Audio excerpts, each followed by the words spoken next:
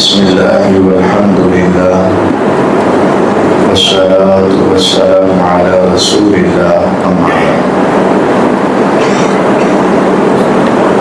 کل کے درس میں رسول اللہ صلی اللہ علیہ وسلم کی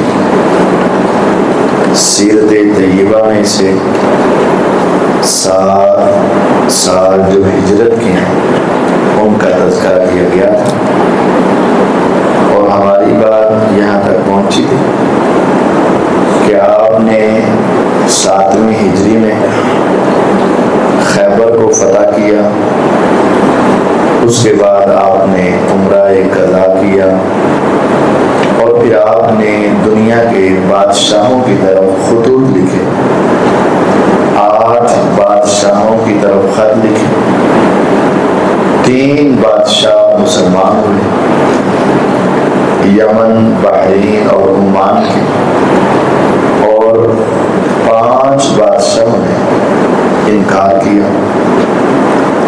آپ نے وہ پیغام ہی بادشاہوں کی طرف بھیجا ہوا تھا، تو ایک پیغام بصرہ کے حاکم کی طرف بھی بھیجا تھا۔ جب وہ پیغام لے کر جانے والے صحابی حارث بن عمیر رضی اللہ عنہ ابھی راستے سے گزر رہے تھے، تو ایک روم کے گورنر شرجیل نے اس صحابی کو پکڑا، باندھ کر قتل کر دیا، شہید کر دیا۔ رسول اکرم صلی اللہ علیہ وسلم کو بہت غصہ ہے، اور آپ نے ان سے بدلہ لینے کے لیے صحابہ کی ایک جماعت تیار کی۔ یہ جمادی الاول کا مہینہ تھا۔ جمادی الاول میں 3000 صحابہ کو اس کا بدلہ لینے کے لیے بھیجا، اور پتہ نہیں تھا کہ آگے کتنے افراد آ جائیں گے، لیکن جب وہ روم کا گورنر تھا، اس کی خبر رومیوں کو پہنچی، تو 1,00,000 رومی افراد جمع ہو گئے۔ 1,00,000، اور یہ صرف کتنے تھے؟ 3,000۔ اور جب یہودیوں کو مدینے سے نکالا گیا تھا، بنو قینقاع کو، نذیر کو، قریظہ کو خیبر میں شکستیں ہو چکی تھی، تو یہود بھی ان کا ساتھ دینے کے لیے جمع ہو گئے۔ 1,00,000 اور افراد جمع ہو گئے، 2,00,000 کافر جمع ہو گئے، اور ان کے مقابلے کے لیے صرف کتنے افراد تھے؟ 3,000۔ اب جب یہ 3,000 کا لشکر جمع ہوا، انہوں نے دیکھا سامنے 2,00,000 کے قریب بندہ ہے، تو کیا کرے گا؟ رسول اللہ صلی اللہ علیہ وسلم نے ان کو جب یہاں سے بھیجا تھا، تو آپ نے ان کا سپہ سالار، کمانڈر ان چیف بنایا تھا سیدنا زید بن حارثہ رضی اللہ عنہ۔ آپ نے فرمایا اگر یہ شہید ہو گئے تو جعفر طیار رضی اللہ عنہ، جو آپ کے کزن بھی تھے اور حضرت علی رضی اللہ عنہ کے بڑے بھائی بھی تھے، اور اگر وہ بھی شہید ہو گئے تو عبداللہ بن رواحہ رضی اللہ عنہ وہ سپہ سالار ہوں گے۔ تو جب یہ 3,000 افراد جمع تھے، باتیں کرنے لگے کہ اب کیا کریں، واپس چلیں یا حضور سے رہنمائی لیں یا کیا کریں؟ اس وقت عبداللہ بن رواحہ رضی اللہ تعالیٰ نے کھڑے ہو کر ایک تقریر کی اور بڑا پرجوش خطبہ دیا، جس میں ایک جملہ یہ تھا: مسلمانوں ڈرتے کیوں؟ جس شہادت کی تمنائیں، آرزویں اور دعائیں اور سسکیاں لے کر مانتے تم یہاں پہنچے ہو، آج وہ شہادت تمہارے سامنے ہے اور جنت تمہارا انتظار کر رہی ہے، اور اس کے بارے میں تم مشورہ کرو گے؟ اگر ہم شہید ہو گئے تو جنت ہمارا انتظار کرے گی، فتح ہو گئی تو مسلمان ہمارا انتظار کریں گے، تو ہم تو ہر صورت کامیاب ہے، آگے بڑھو اور 2,00,000 سے ٹکرا جاؤ۔ ایسا جذبہ پیدا ہوا کہ 3000 افراد 2 لاکھ بندے سے ٹکرا گئے. سیدنا زید بن حارثہ رضی اللہ عنہ شہید ہو گئے. اور ادھر جو منظر پیش آ رہا تھا 3000 اور 2 لاکھ، اللہ تعالیٰ نے جبرائیل علیہ السلام کو بھیجا حضور علیہ السلام کے پاس. وہ آپ کو ایک ایک پل کی خبر بھی دے رہے تھے اور آپ کو یہ سارا منظر مدینے میں بیٹھ کر مسجد نبوی میں دکھایا جا رہا تھا. اور لیکن حضور اس کو دیکھ کر غم زدہ بھی ہو رہے تھے. اور آپ صحابہ کو آگے بتا رہے تھے کفار نے حملہ کیا، مسلمان آگے بڑھے، میرے زید شہید ہو گئے، میرے آقا غم زدہ ہو گئے. پھر آپ نے فرمایا کہ اس کو جھنڈے کو جعفر طیار رضی اللہ عنہ نے پکڑا اور ایک ظالم نے ان کا بازو کاٹ دیا اور انہوں نے بائیں ہاتھ میں جھنڈا پکڑ لیا. میرے آقا سب سنا رہے تھے اور انہوں نے بائیں ہاتھ بھی کاٹ دیا تو انہوں نے اپنے بازوں سے اس جھنڈے کو پکڑ لیا. جب انہوں نے بازوں سے پکڑا تو ان ظالموں نے بازو بھی کاٹے اور آپ شہید ہو گئے. اور پھر اس کے بعد وہ جھنڈا سیدنا عبداللہ بن رواحہ رضی اللہ تعالی عنہ نے پکڑا. شام تک یہ لڑائی جاری رہی اور شام کے وقت عبداللہ بن رواحہ رضی اللہ عنہ بھی شہید ہو گئے. رات کو پھر مسلمانوں کا مشورہ ہوا اور خالد بن ولید رضی اللہ تعالی عنہ کو سپہ سالار مقرر کیا گیا. اور آپ نے فرمایا اب جھنڈا اللہ کی تلوار سیف من سیوف اللہ خالد بن ولید رضی اللہ عنہ نے پکڑ لی. اب انہوں نے ایک جنگی حکمت عملی اپنائی. انہوں نے کیا کیا، جو دائیں جانب کے اندر قافلہ تھا، قافلے کے کچھ حصے بنائے جاتے تھے، دایاں بایاں آگے پیچھے درمیان میں 5 میمنہ میسرہ ساقہ قادمہ اور قلب، یہ 5 حصے بنائے جاتے. تو انہوں نے کہا یہ ساری ترتیب چینج کر دیا ہے اور کچھ گھوڑے ایسے رکھے جو پیچھے سے بس صرف دوڑتے رہے اور دھول اڑاتے رہے. اب کیا ہوا، وہ دائیں والے بائیں جا رہے ہیں، بائیں والے دائیں جا رہے ہیں، آگے والے پیچھے، پیچھے والے آگے، درمیان والے آگے پیچھے، اور پیچھے سے گھوڑے دوڑ رہے ہیں، دھول اڑ رہی ہے. انہوں نے سمجھا کہ مسلمانوں کی بہت بڑی لمبی چوڑی فوجیں آ گئی ہیں اور اب ہم ان کا مقابلہ نہیں کر سکتے. اور خالد بن ولید رضی اللہ عنہ نے آگے بڑھ کر اتنی زبردست جنگ کی کہ 9 تلواریں ان کے ہاتھ سے ٹوٹ گئی. کافروں پہ چلتے چلتے 9 تلواریں ٹوٹ گئی اور وہ کافر بھاگ گئے اور مسلمان جو ہے وہ اپنے 3000 کے لشکر کو ان کے اندر سے نکال کر واپس لے آئے. صرف 12 مسلمان شہید ہوئے، صرف 12 مسلمان. یہ اللہ تعالیٰ کی بہت بڑی نعمت اور بہت بڑی اللہ تعالیٰ کی طرف سے مدد تھی کہ 2 لاکھ بندہ ہو، 3000 سپاہی ہو اور 2 لاکھ میں سے صرف 12 شہید ہو اور باقی سارے زندہ بچ آئیں. اور جب 9 تلواریں ٹوٹی ہوگی تصور کریں کتنے کافر کٹے ہوں گے. 9 تلواریں ٹوٹی. بہرحال یہ غزوہ موتا ہوا. رسول اللہ صلی اللہ علیہ وسلم نے پھر جعفر طیار رضی اللہ تعالیٰ کے جو بیٹے تھے نا 2، ان کے پاس آپ ان کے گھر میں گئے اور ان کو شہادت کے بارے میں بتایا اور ان کو اپنے سینے سے لگایا، ان کے بال اتروائے اور ان کی والدہ بچوں کو یتیم کہہ کر پکارنے لگی.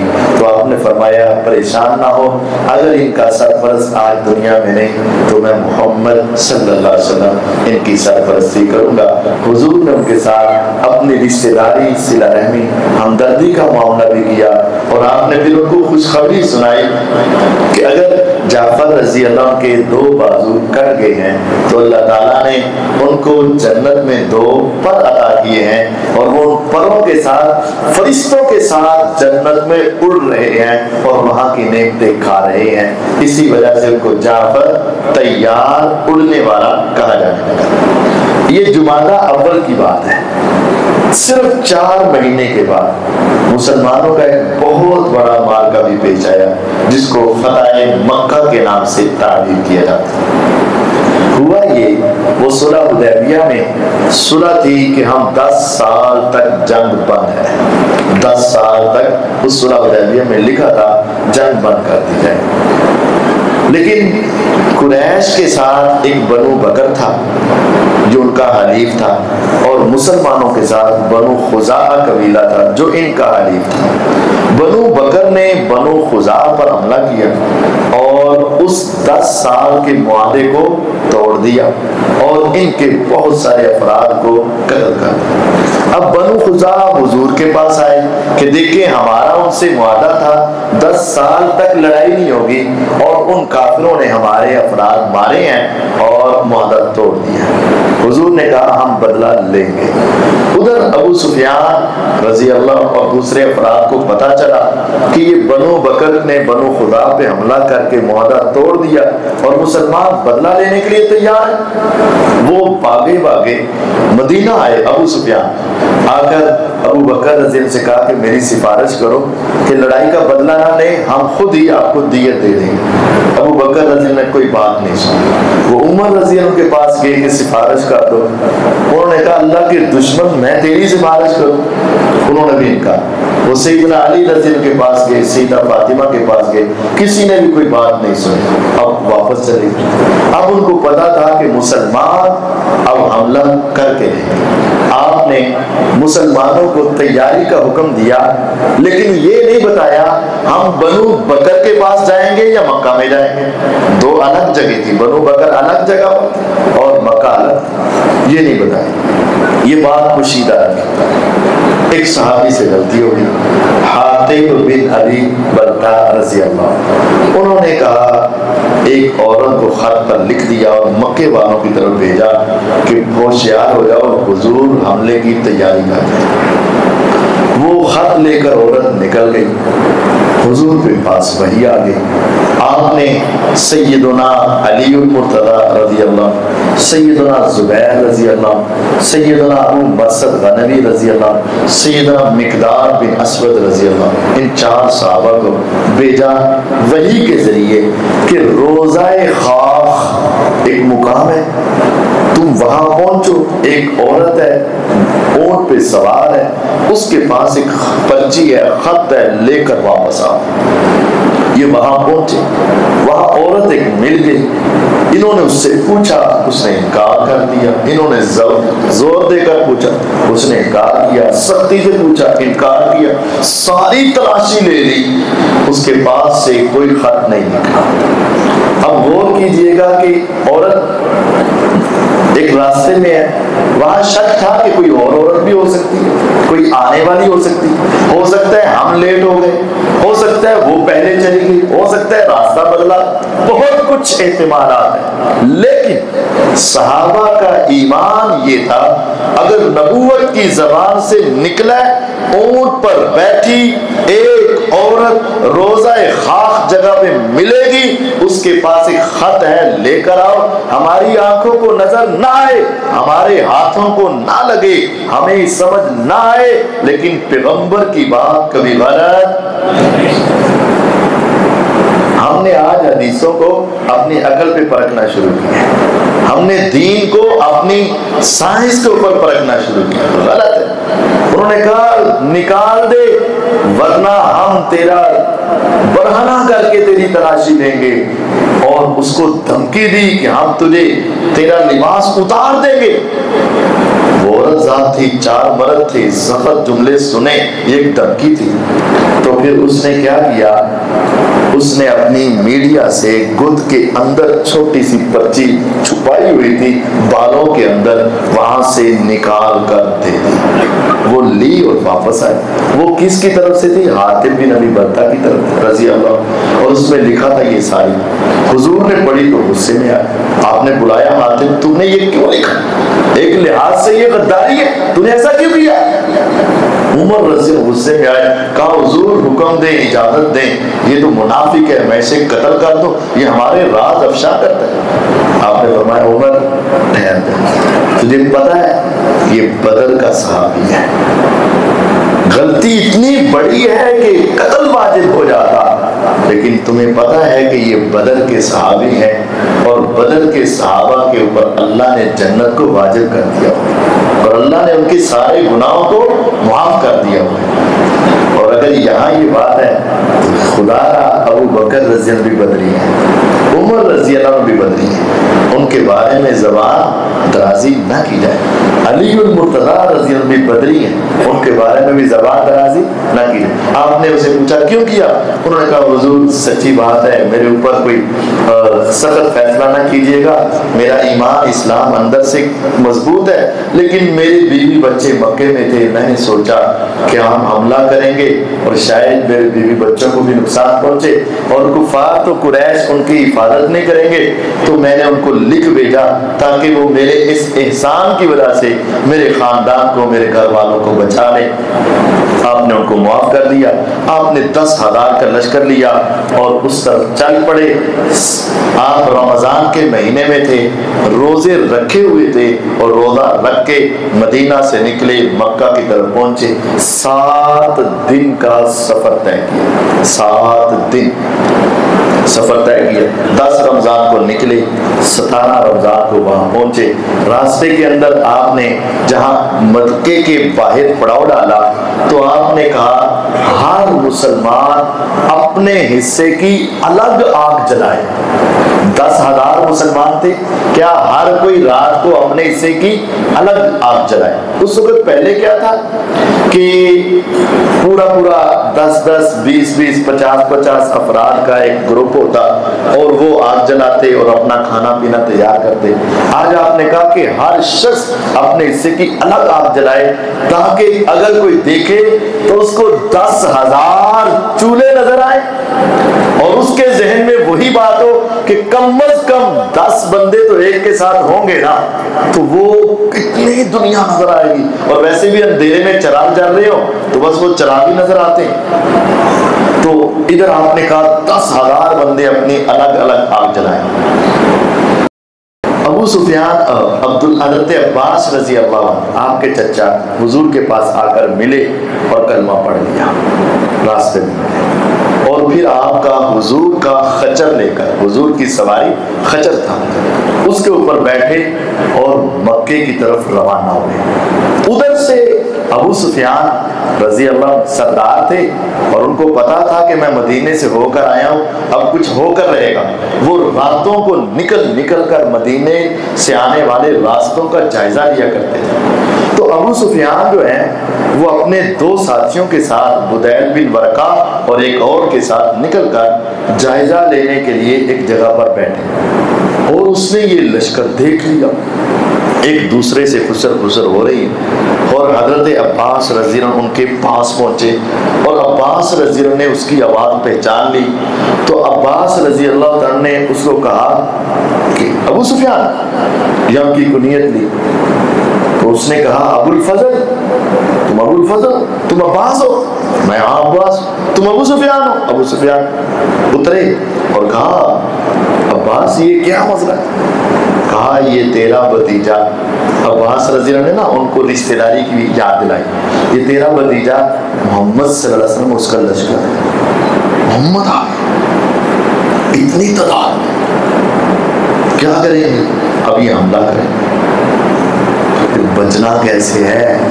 میرے پیچھے بیٹھ، میں تمہیں بتاؤں بچنا کیسے۔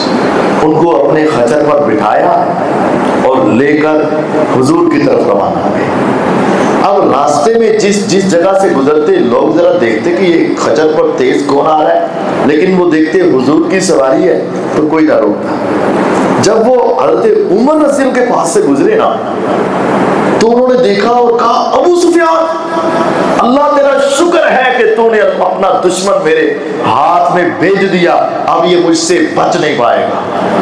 عباس رضی اللہ نے تیز دوڑایا اور حضور کے پاس جلدی سے لے کر پہنچ، پیچھے ہی عمر رضی اللہ بھی پہنچ گئے، تلوار نکال۔ حضرت عباس رضی اللہ نے حضور کے کان کو پکڑا اور کہا حضور آج صرف میں ہی گل کرنی ہے اور کوئی گل نہیں کرے گا، یعنی میں نے صرف آپ سے بات کرنی ہے تاکہ حضرت عمر کوئی بات نہ کریں، سوال نہ کریں اور اجازت نہ مانیں۔ اور عباس رضی اللہ تعالیٰ نے کہا کہ حضور آپ ان کو تھوڑا سا وقت دے دیں اور ان کو مسلمان بنا لیں۔ ادھر سے عمر رضی اللہ کہنے لگے حضور اجازت دے دیں، یہ اللہ کا دشمن ہمارے ہاتھ آ گیا، بدر میں، احد میں، خندق میں بچ گیا تھا، اب ہمارے قابو آیا بچنے نہ پائے، ایک مرتبہ اجازت دے دیں۔ رسول اللہ صلی اللہ علیہ وسلم نے فرمایا عباس اس کو لے جاؤ اور آج رات اس کو سوچنے کا موقع دو اور کل صبح پھر بات ہوگی۔ اور عمر رضی اللہ کہا ذرا رک جاؤ، وہ لے گئے اور آپ نے فرمایا عباس ان کو ذرا اس جگہ پہ بٹھانا جہاں سے صبح ہمارے قافلے گزرے تو اس کو سارے قافلے نظر آئے۔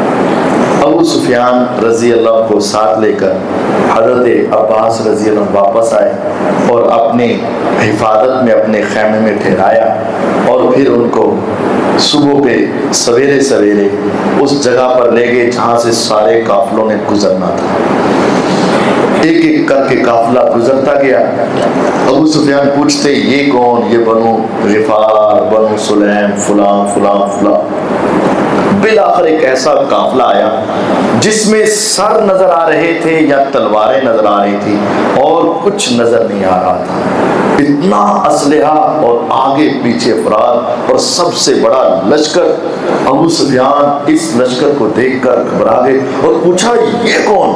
کہا یہ انصار ہیں جنہوں نے رات کی تاریکی میں پیغمبر کے ہاتھوں پہ بیعت کی تھی، آج دن کے اجالے میں مکے میں داخل ہو رہے ہیں۔ وہ یہ دیکھ کر کہنے لگا اللہ کی قسم ان کا مقابلہ نہیں ہو سکتا۔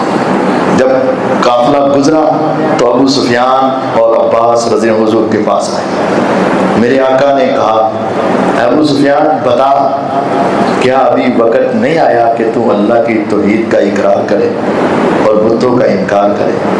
ابو سفیان کہنے لگے وقت آ چکا ہے، میں سمجھ گیا ہوں اگر ہمارا کوئی بت ہمارے کام آنا ہوتا تو آج کے دن کام آتا، جب آج کام نہیں آیا تو اس کا مطلب ہے ہمارے بت کسی کام کے نہیں، ایک اللہ کی توحید ہے۔ پھر آپ نے فرمایا کیا یہ وقت نہیں آیا کہ تم میری رسالت پر ایمان لے آئے اور میرے اوپر ایمان لے آئے؟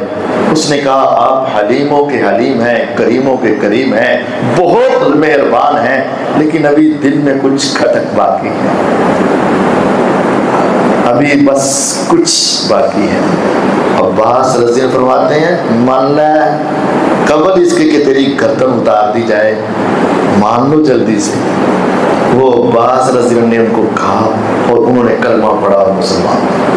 ابو سفیان رضی اللہ خود کہتے ہیں کہ جب میں نے کلمہ پڑھا اس وقت تک میرے دل کے اندر تک ایمان نہیں تھا، کیفیت ذرا ڈاواڈول تھی۔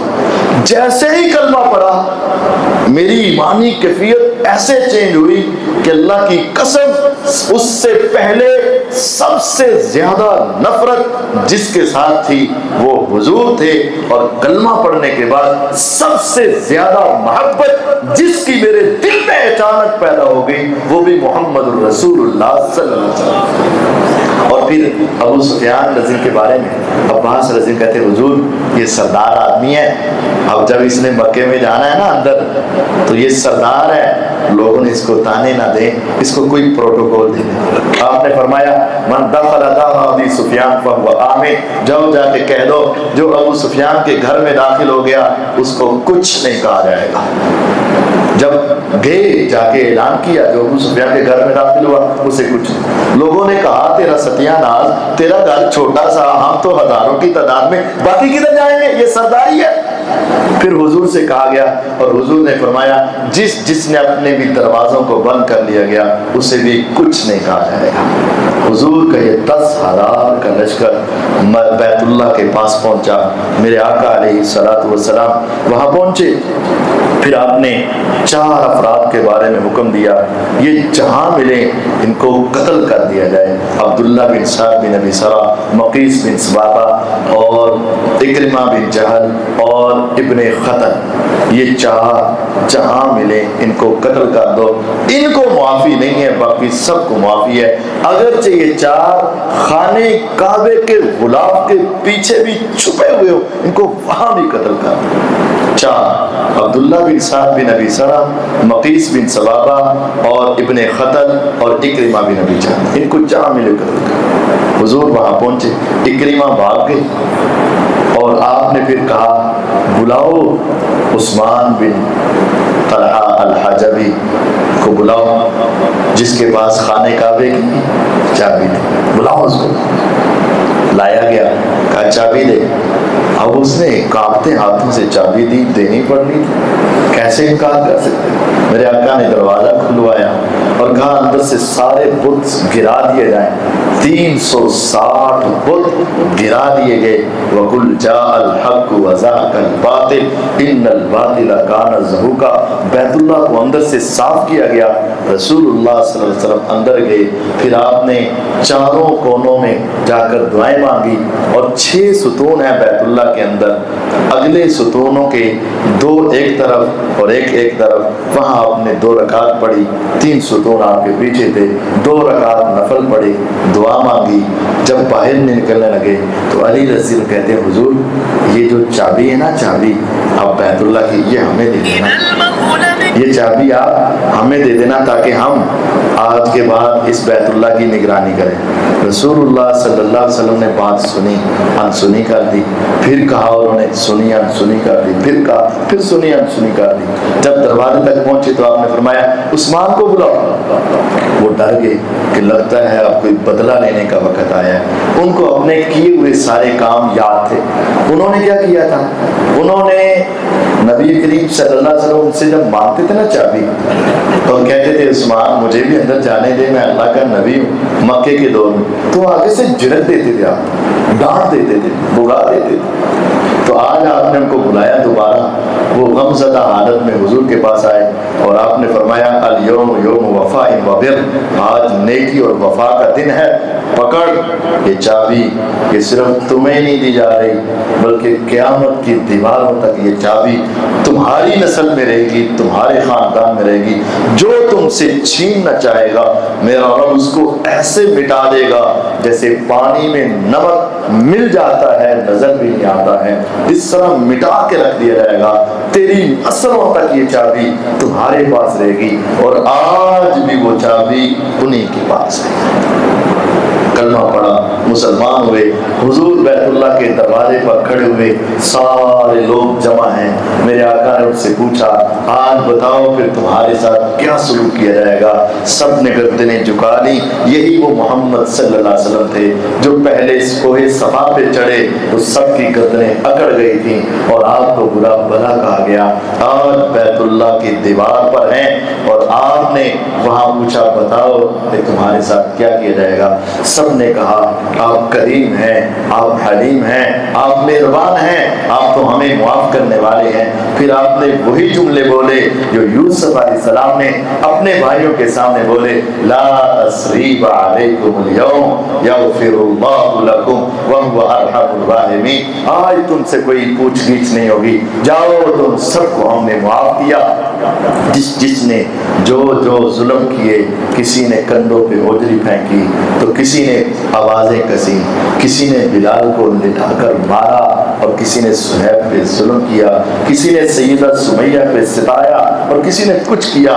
جاؤ تم سب کو معاف، اور اے بلال رضی اللہ چلو بیت اللہ کی چھت پہ آوازہ بلند کر دو رب کی توحید کا، جو تو زمین پہ لیٹ کے احد احد کہتا تھا، آج بیت اللہ کے اوپر چڑھ کے کہہ دے اشہد ان لا الہ الا اللہ، اللہ اکبر، اس کی توحید کے نعرے سنا دے پیغمبر علیہ الصلوۃ والسلام۔ اس کے بعد بہت سارے لوگ مسلمان ہونے لگے اور آپ نے ان کی بیعت لی۔ ایک پیغام آیا، حضور اکرمہ کو معاف کر دو جن کو آپ نے قتل کا حکم دیا۔ میرے آقا نے اپنی